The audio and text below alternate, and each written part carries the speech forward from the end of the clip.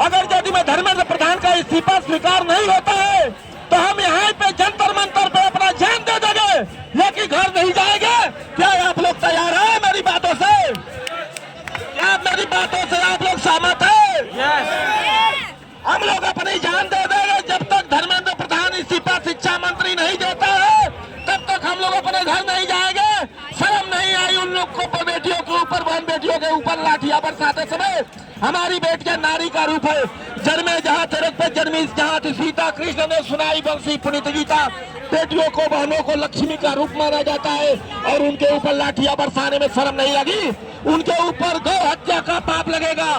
बेटी बहनों को गौ का रूप माना जाता है, उनके ऊपर गौ हत्या का पाप लगेगा जिसने बेटियों के ऊपर लाठियां बरसाई। मैं प्रण करता हूँ दुल्हन डाई का जिस तरह 1942 में गांधी जी ने नारा दिया था कि अंग्रेजों, अगर यदि मैं मेरा भारत देश आजाद नहीं मैं करा पाया तो जान दे दूंगा, अपने मुंह नहीं दिखाऊंगा समाज में। उसी तरह अगर यदि मैं धर्मेंद्र प्रधान अगर यदि मैं बर्खास्त नहीं होता है तो हम यहाँ पर जान दे देंगे, घर नहीं जाएंगे, वापसी नहीं जाएंगे। बेशक मेरा यहाँ हमारी बात को हम आप लोग के साथ हैं, हमारे बच्चियां, हमारे परिवार के सब सदस्य हैं। इसी के साथ मैं अपनी समय में इसी के साथ समय बहुत कम है, समय अभाव है। यहाँ पे जनता यहाँ पे लाइन लगी है क्योंकि अगर यदि में सरफरोशी की तमन्ना जब हमारे दिल में है, देखना है जोर कितना बाजुए कातिल में है।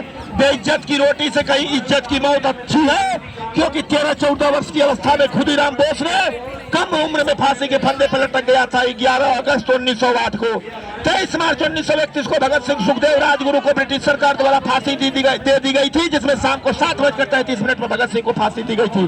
क्या उन लोग की भी इच्छा रही होगी कि हम लोग शान से जिए? लेकिन उन्होंने सोचा कि इस बेइज्जत की रोटी से कहीं इज्जत की मौत अच्छी है। 27 फरवरी 1931 को अल्फ्रेड पार्क में चंद्रशेखर आजाद ने शहीद हुआ। ठीक उसी प्रकार हम अपने जंतर मंतर पे अगर यदि में शिक्षा मंत्री धर्मेंद्र प्रधान अगर यदि में इस्तीफा नहीं देता है, हम जान दे देंगे हम लोग, लेकिन यहाँ से कहीं नहीं जाएंगे। ये सरकार से हम लोग डरने वाले नहीं है। इसी के साथ जय हिंद, जय भारत।